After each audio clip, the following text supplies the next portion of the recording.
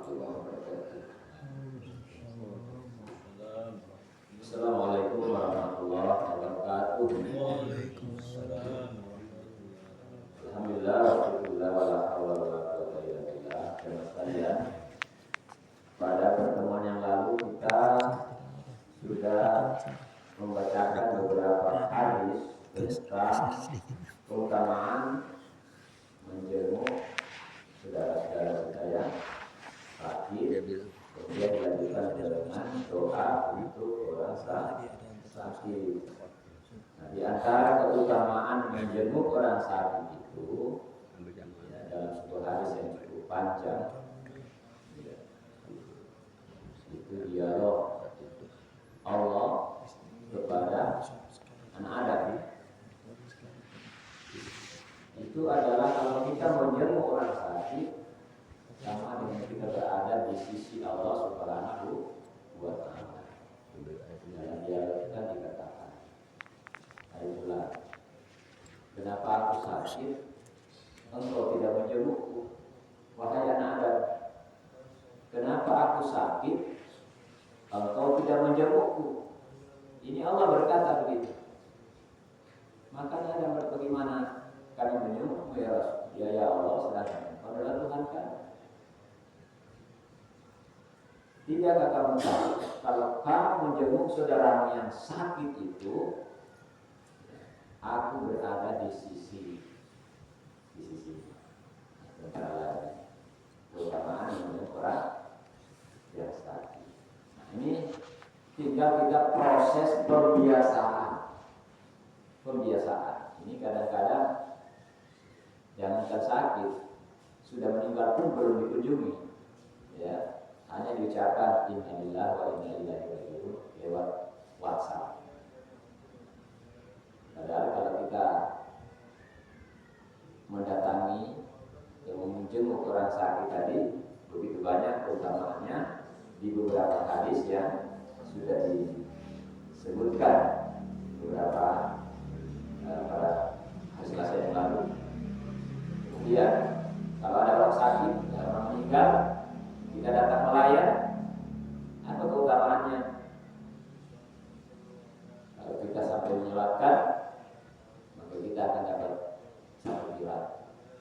Kalau kita sampai menguburkan, dapat pahala 2 qirat.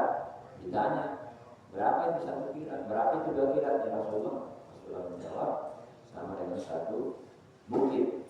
Bahkan riwayat lain menunjuk bukit Uhud. Itu yang 1 bukit yang cukup panjang dan 1 berada di Uhud itu, sehingga disebut Uhud. Bukit yang 1 Ahad, yang panjangnya mungkin sekitar 5 kilometer. Kemudian ada lagi hadis, setiap orang muslim menjenguk sesama muslim pada waktu pagi, maka ia akan dimintakan rahmat oleh 70.000 malaikat sampai waktu sore. Apabila ia menjenguknya pada waktu sore, maka ia akan dimintakan rahmat oleh 70.000 malaikat sampai waktu pagi, serta ia mendapat jaminan buah-buahan yang siap dimakan di dalam surga. Ini terbaik keutamaan menjenguk orang sakit. Kemudian ketika kita menjenguk orang sakit, kita disunahkan. Jadi selain disunahkan kita menjenguk, disunahkan mendoakan orang sakit. Di antara doa yang sangat populer itu adalah Allahumma Rabban nasi adhibil ba'sa isfi anta syafi la shifa'a illa shifa'uka shifa'an la yughadiru saqama. Artinya, ya Allah, Tuhan semua manusia, hilangkanlah penyakit, sembuhkanlah karena Engkau yang dapat menyembuhkan, tiada kesembuhan kecuali kesembuhan darimu, kesembuhan yang tidak diingkari penyakit lagi. Tentu kita akan bertanya, saya belum hafal itu. Doanya itu belum hafal. Lantas gimana?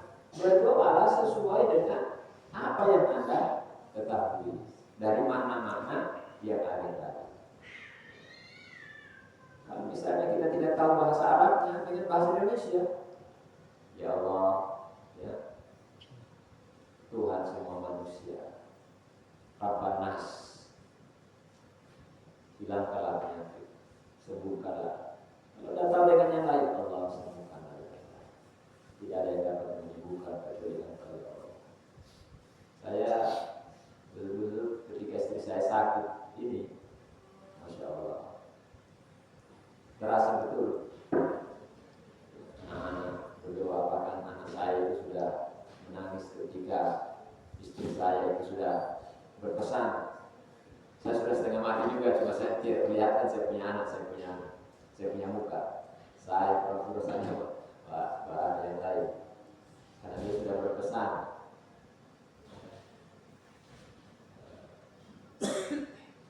Di situ. Tapi alhamdulillah dengan kita amalkan apa yang dituntunkan oleh Rasulullah, termasuk mendoakan orang sakit ini. Ya la haula wala quwata illa billah. Selain kita doakan, apa lagi tuntunannya? Sedekah. Kemarin dia doakan dari saya bakar. Selesai Jumat, wah banyak sakit kumpul. Habis di rumah, haji, sahabat, umat. Ada beberapa tidak datang Jumat saja. Cuma saya cepat tinggal Jumat datang. 5 waktu sudah tidak mampu ke masjid. Saya bilang salah satu dituntunkan, disunahkan itu selain kita berdoa, kalau mendoakan orang sakit itu adalah sedekah. Sedekah. Jadi itu sunnah. Itu semua adalah ya ikhtiar. Terlepas nanti bagaimana keputusannya Allah Subhanahu wa taala, kita sudah lakukan sunnahnya.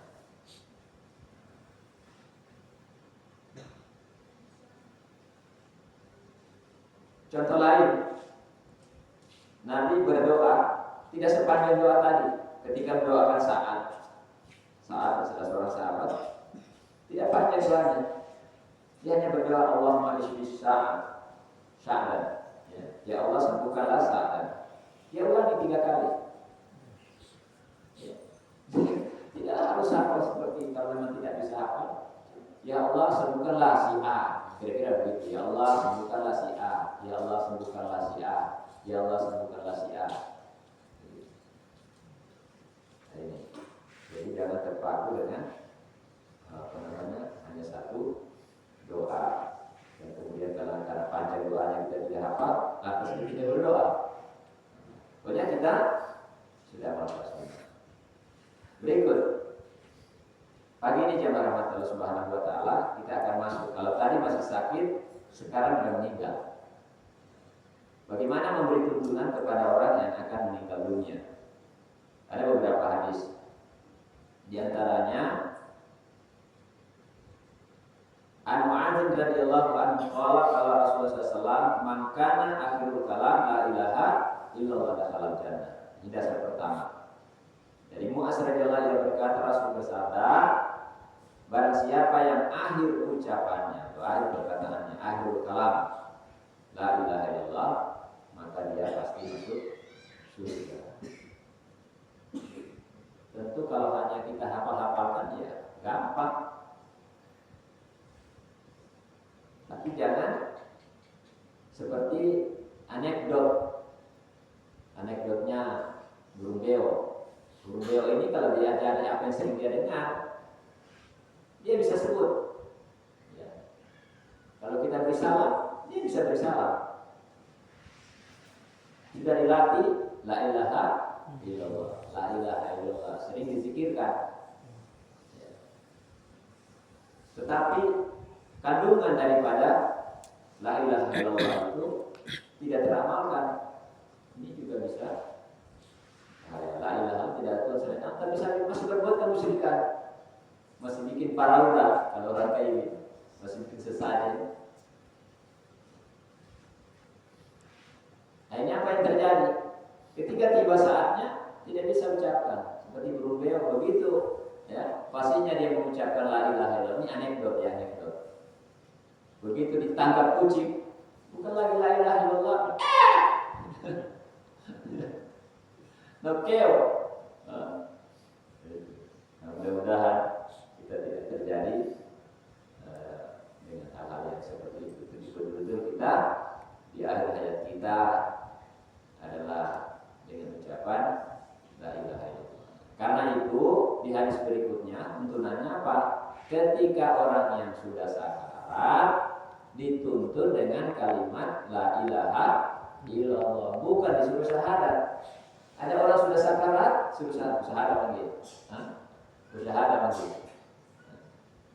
Bukan disuruh syahadat tapi ditalkinkan. Jadi lakinu mau tahu dalam hadis berikut itu lakinu, talkinkanlah, tuntunlah orang matimu.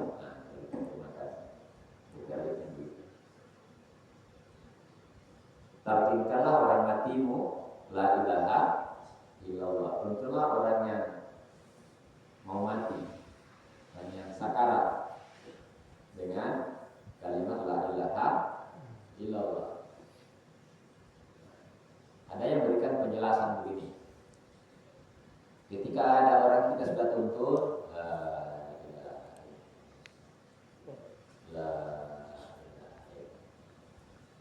ketika dia sudah ucapan itu, jangan ada pendengarkan lagi kalimat yang lain. Ketika ada kalimat yang lain, tuntun lagi.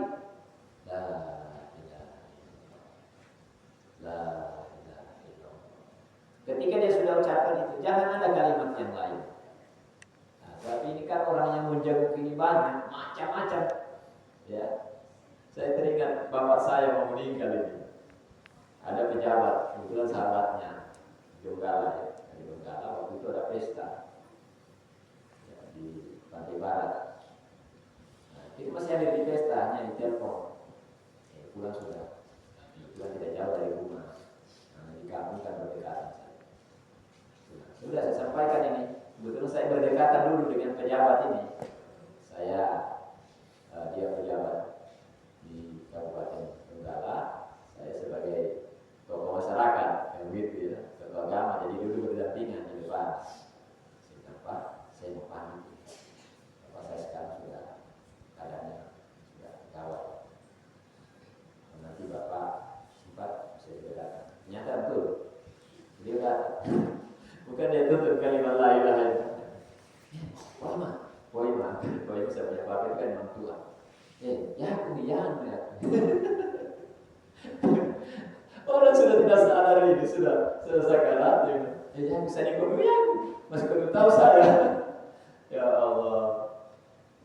Dan bapak saya meninggal malam itu. Jadi sudah mau sakarat, masih mau perkenalkan diri. Tidak usah tuntun dengan kalimat la ilaha illallah. Kenapa memperkenalkan diri orang sudah mati?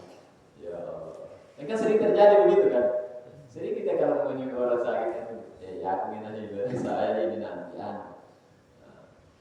Tuntun dengan kalimat la ilaha illallah. Bagaimana kalau sudah tidak bisa dia sebut la ilaha illallah?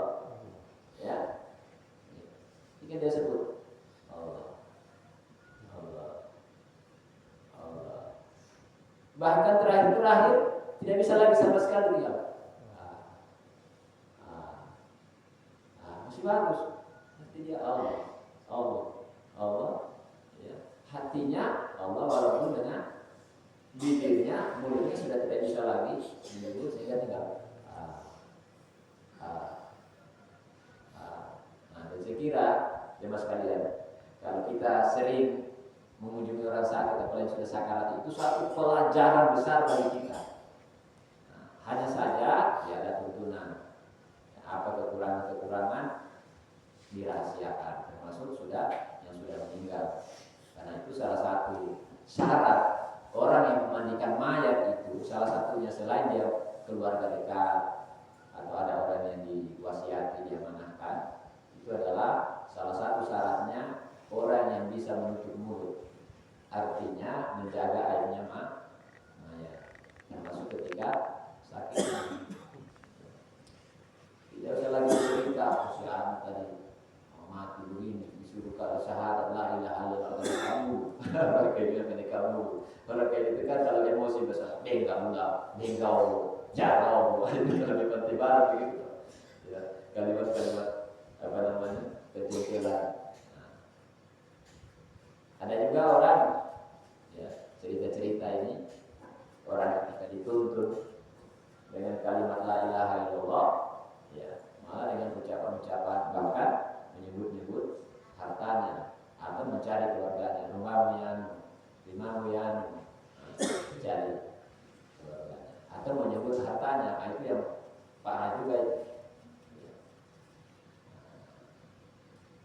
Ya mungkin kalau dalam kehidupan ya itu saja yang selalu jadi buah bibir yang sudah diomongkan dan dilakukan sehingga terbawa sampai ke akhir hayat. Nah, mudah-mudahan saja dengan kita mengikuti taklim ini Allah Subhanahu wa taala berikan rahmat kepada kita sehingga kita meninggal dalam keadaan husnul khatimah. Saya kira kita ini semua sudah bau tanah. Tidak ada yang tidak bau tanah. Semua kita akan meninggal dunia, makanya adalah tazkirah dengan peringatan dari Rasulullah kepada kita. Terus bab doa ketika menyaksikan orang yang meninggal dunia. An Ummi Salamah radhiyallahu anha qalat dakhala Rasulullah sallallahu alaihi wasallam ala Abi Salamah wa qad syaqqa basaruhu fa'ad maruhu thumma qala inna ruha idza qubida tabi'at al-basar fadajjana sun min ahli faqala la tad'u ala anfusikum illa bi khair fa innal malaikatu yu'minuna ala ma taquluna thumma qala Allahumma ighfir li abi Salamah warfa darajatah fil mahdiyin wahdufhu fi aqibihi fil qadirin waghfir lana wa lahu ya rabbal alamin wafsah lahu fi qabrihi wa nawwir lahu fi rawahu Muslim. Dari Ummu Salamah, ibunya Salamah radhiyallahu anha. Salamah ini salam ibunya kita ketika Salamah meninggal ini menjadi istri Nabi. Ummu Salamah yang berkata Rasulullah SAW masuk ke rumah Abu Salamah, rumahnya ya. Ia pada waktu itu masih terbuka matanya. Meninggal. Kemudian beliau memejamkannya. Saya bersabda. Jadi Rasulullah masuk ke rumah Abu Salamah yang sudah meninggal dunia, tapi matanya masih terbelalak. Maka Rasul datang, beliau memejamkan seperti itu. Jadi bermakna begini.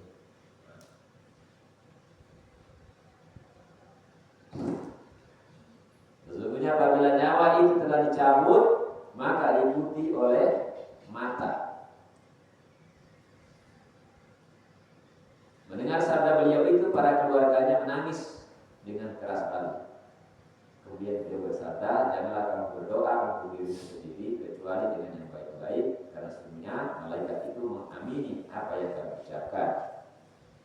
Lantas beliau berdoa, Allahumma ighfir li abi Salamah warfa darajatah fil mahdiyina waqduf fi akbiri fil ghadirina waghfir lana wa lahu ya rabbal alamin wafsah lahu fi qabrihi wa nawwir lahu fi. Ya Allah, ini doanya, ampunilah dosa Abu Salamah, Allahumma ighfir li abi Salamah, tinggikanlah derajatnya dalam golongan orang-orang yang mendapat petunjuk, berilah keturunan yang baik di belakang hari, ampunilah dosa kami dan dosanya, wahai Tuhan semesta alam, lapangkanlah kuburnya dan terangilah ia di dalam kuburnya. Hadis riwayat Muslim. Coba ya. Ummu Salamah dia berkata, Rasul datang masuk ke rumahnya, ke rumah Abu Salamah yang waktu itu masih terbuka matanya, tapi kemudian beliau mengucapkannya. Jadi Abu Salamah ini sudah meninggal dunia, tapi matanya masih terbelalak. Maka datang Nabi, ya, diusap mukanya itu, ditutup matanya, dipejamkan. Jadi ini satu sunnah. Kalau Nabi lakukan begitu, berarti kita dituntunkan kalau ada orang meninggal masih terbelalak matanya, maka diusap, ditutup. Nah, ada penjelasan yang saya pernah dapatkan. Ruh itu dicabut keluar dari mata atau dari kalau dia dari keluar ubul-ubul, maka matanya terbelalak. Ada juga keluar dari mulut, makanya kangen-kangen. Ya, jadi orang meninggal mulutnya terbuka. Nah, itu sama. Jadi kalau mulutnya terbuka, kita tutup. Kemudian matanya. Kalau misalnya tidak bisa, walaupun sudah ditutup dengan tangan, ya kita pakai tali kain kapan itu tidak pakai dulu. Begitu juga anggota tubuh yang lain. Kalau ada anggota tubuh yang susah dikembalikan ke posisinya semula, kita upayakan, kita tekan, kemudian kita ikat. Saya punya pengalaman mengurus mayat yang kakinya tidak bisa lurus. Jadi modelnya begini, Pak. Nah, begini. Jadi bagaimana dikapankan? Aku besar itu kapannya ini. Begini. Baru orangnya besar. Ya, begini. Keluarganya bilang, ya, masukkan saja dalam peti. Ini orang Islam. Orang Islam, ya, sahabat kita, warga kita. Yang karena kecelakaan 3 hari baru ditemukan, jadi tidak dimandikan lagi. Kita hanya bisa saja kita doa. Tapi ini tadi, gimana cara mengafani? Akhirnya kita tangani, kita tekan lututnya itu sampai lurus, kemudian diikat. Alhamdulillah, kemudian kita kapan? Aman. Pengalaman ya. Itu tadi lutut. Nah, yang sering terjadi ini mulut ini terbuka, jadi diikatnya tali dari kayak kapan itu. Itu tadi berkaitan dengan sunnah memejamkan mata si mayat. Kemudian doa untuk si mayat. Hadisnya An Ummi Salamah radhiyallahu anha qalat, masih peristiwa Ummu Salamah ini. Qala Rasulullah sallallahu idza hadar tumul marida awil mayyit faqulu hayra fa innal malaika yu'minuna ala ma taquluna. Qalat falamma mata Abu Salamah ataitun Nabiyya sallallahu alaihi wasallam faqultu ya Rasulullah inna Aba Salamah qadama qala quli Allahumma ghfirli wa lahu wa aqabani minhu uqban hasanah faqultu fa'aqabani Allahu man huwa khairul li minhu. Muhammad sallallahu alaihi wasallam. Dari Ummu Salamah dari Allah yang berkata, Rasul sallallahu alaihi wasallam berkata, apabila kamu datang kepada orang yang sakit atau orang yang meninggal dunia, maka berkatalah yang baik-baik, karena sesungguhnya malaikat yang mengaminkan apa yang kamu ucapkan. Maka ketika Abu Salamah meninggal dunia, saya datang kepada Abu Salamah dan berkata, ya Rasulullah, sesungguhnya Abu Salamah telah meninggal dunia. Beliau bersabda, ucapkanlah Allahumma ghfirli walahu wa aqibni minhu uqban hasanah. Artinya, ampunilah dosa saya dan dosanya Abu Salamah, serta gantikanlah kepada saya yang lebih baik. Ummu Salamah berkata, kemudian Allah mengganti kepada saya seorang yang lebih baik daripada Abu Salamah, yakni Muhammad sallallahu alaihi wasallam. Ini hadis yang disebutkan tadi. Ummu Salamah ini dia sedang berjasa, kemudian dinikahi oleh Rasul. Nah, kita lihat di hadis ini jemaah sekalian. Yang pertama, apabila ada orang yang sakit, apabila kamu datang kepada orang yang sakit atau orang meninggal dunia, maka berkatalah yang baik, yang baik-baik. Itu sunnah yang pertama di hadis ini. Berkatalah yang baik, yang baik-baik. Tutup rapat-rapat aibnya, baik dia masih hidup maupun yang sudah meninggal. Atau dengan kata lain, kalau orang yang sudah meninggal dunia saja, kita dianjurkan, diperintahkan untuk menutup aibnya, apalagi orang yang masih hidup. Kita tutup aibnya, kekurangannya. Lalu ya, kata Nabi di hadis ini adalah karena malaikat akan mengaminkan apa yang kamu ucapkan. Jadi kata-kata yang baik yang kita ucapkan itu diaminkan malaikat. Karena itu kita dilarang untuk mengucapkan kata-kata yang buruk atau mengungkap aib daripada orang sakit atau orang yang meninggal. Nah, kata-kata yang baik itu kalau kita dilanjutkan hadis ini adalah doa. Karena di hadis ini ya, lanjutannya adalah ketika Abu Salamah meninggal dunia, saya datang kepada Nabi SAW. Siapa yang datang tadi? Kepada Nabi adalah Ummu Salamah. Kan hadis ini dari Ummu Salamah.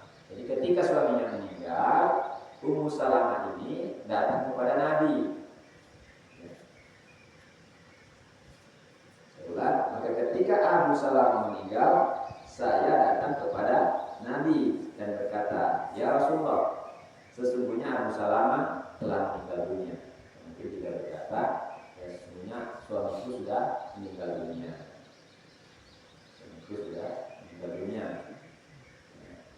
Maka beliau bersabda, menyampaikan kepada tadi Abu Salamah, ucapkanlah Allahumma ghfirli, ya Allah ampunilah aku.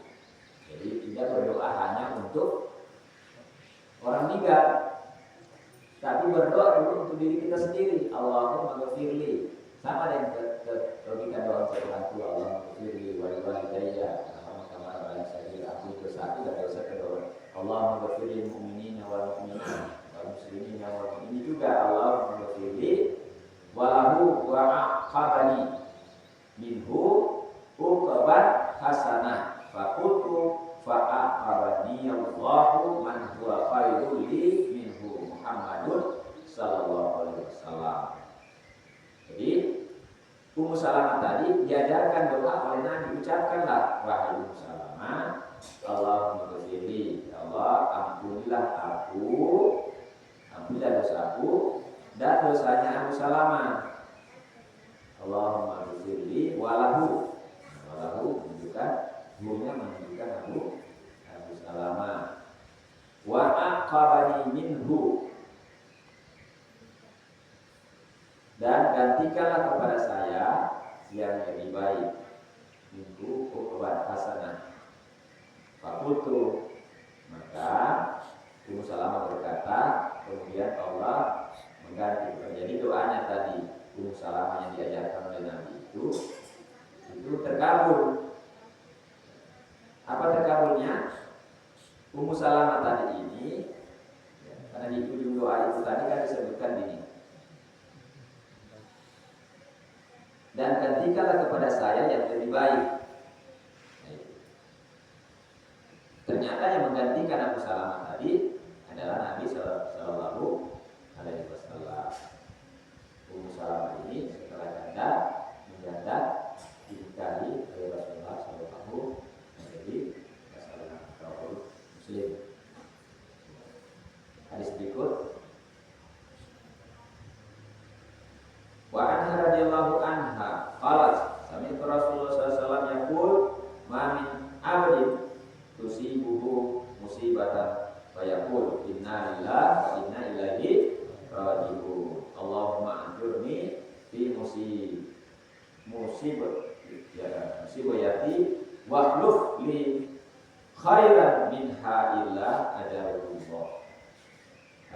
Allah ta'ala fi musibatihi wa khalaqalahu khairan minha qalat falamma wuffi Abu Salamah qultu kama amara Rasulullah sallallahu alaihi wasallam fa khalaqallahu li khairan minhu Rasulullah sallallahu alaihi wasallam. Dari Abu Salamah yang berkata, saya mendengar Rasulullah sallallahu alaihi wasallam, siapa yang di waktu tertimpa musibah mengucapkan innalillahi wa inna ilaihi raji'un, sesungguhnya kami adalah milik Allah dan sesungguhnya kami pasti akan kembali kepadanya. Wahai Allah, berilah saya pahala dari musibah ini dan berilah saya ganti yang lebih baik daripada musibah yang menimpanya itu. Barang siapa yang di waktu tertimpa musibah mengucapkan innalillahi wa inna ilaihi raji'un. Ummu Salamah berkata, ketika Abu Salamah meninggal dunia, saya mengucapkan doa yang diajarkan oleh Rasulullah, kemudian Allah Ta'ala memberikan kepada saya seorang yang lebih baik daripada Abu Salamah, yakni Rasulullah SAW. Itu sama dengan hadis yang pertama tadi. Yang ketiga, dari Abu Musa bahwasanya Rasulullah bersabda, apabila anak seseorang itu meninggal dunia, maka Allah Ta'ala berkata kepada malaikat, kamu telah mencabut nyawa anak hambaku. Malaikat menjawab, ya Allah, ya. Malaikat menjawab, ya. Allah Ta'ala bertanya lagi, kamu telah mencabut nyawa buah hatinya. Malaikat menjawab, ya. Allah berfirman, maka apa yang diucapkan oleh hambaku itu? Malaikat menjawab, ia memuji kepadamu dan mengucapkan innalillahi wa inna ilaihi raji'un. Kemudian Allah Ta'ala berfirman, bangunlah untuk hambaku sebuah rumah di dalam surga dan namakanlah rumah itu dengan nama Baitul Hamdi, rumah pujian. Ini sunnah. Ya, apabila kita musibah meninggal dunia, inilah yang maka keutamaannya adalah Allah akan bangunkan harga itu sebuah rumah di dalam surga yang diberi nama dengan Baitul Hamdi, karena di hadis disebutkan. Kemudian Allah Ta'ala berfirman, bangunkanlah untuk hambaku sebuah rumah di dalam surga dan namakanlah rumah itu dengan nama Baitul Hamdi, rumah pujian. Hadis berikut dari Abu Hurairah yang bahasanya Rasul bersabda, Allah Ta'ala berfirman, aku tidak akan memberi balasan kepada hambaku yang mukmin apabila aku mengambil kekasihnya di dunia ini, kemudian dia ridho dan mengharapkan pahala kepada melainkan balasan surga. Salah seorang putri Nabi SAW mengutus dari Usama bin Zaid radhiyallahu anhu, ia berkata, salah seorang putri Nabi SAW mengutus seseorang untuk mengundang dan memberitahu kepada beliau bahwa anak putri Nabi itu akan meninggal dunia. Kemudian beliau bersabda kepada utusan itu, kembalilah kamu kepada putriku dan katakanlah kepadanya bahwa menjadi hak Allah untuk mengambil dan memberi sesuatu. Segala sesuatu dalam batas, ada batas yang telah ditentukan olehnya. Maka suruhlah dia supaya bersabar dan mengharapkan pahala. Segala sesuatu itu ada batas yang telah ditentukan olehnya. Maka suruhlah dia supaya bersabar dan mengharapkan pahala kepada. Jadi batas ajal. Ya, Pak, mana Pak?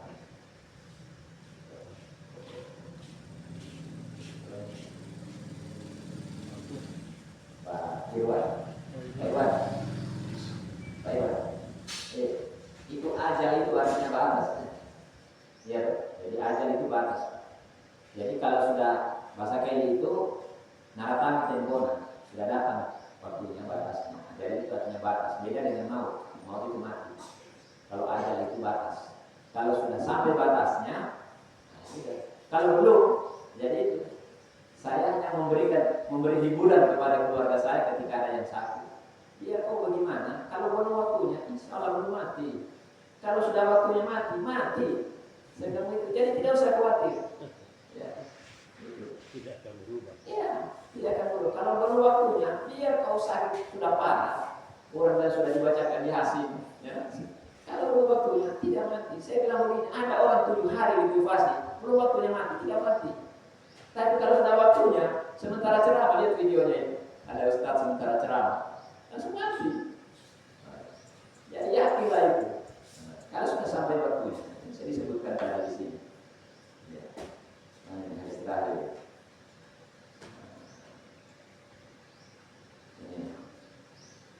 Salah seorang putri mengutus seorang untuk mengundang dan memberitahu kepada beliau bahwa anak putri Nabi itu akan meninggal dunia. Kemudian beliau bersabda kepada utusan itu, kembalilah kepada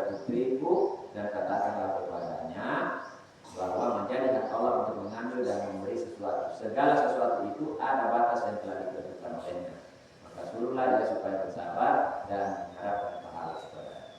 Semoga dari sekalian kali-kali kita ini mana bisa saya jelaskan dan tidak kita ambil masing-masing saja, karena masing-masing mana yang baik kita makan sunnah-sunnah Nabi SAW. Intinya ya, apa yang dikerjakan Nabi mari kita upayakan itu kita kerjakan. Sunnah itu dari kerjakan dapat keuntungan, dapat pahala, dari tinggalkan rugi, bukan tidak apa-apa.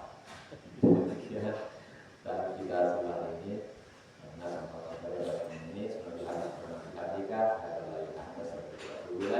Assalamualaikum warahmatullahi wabarakatuh.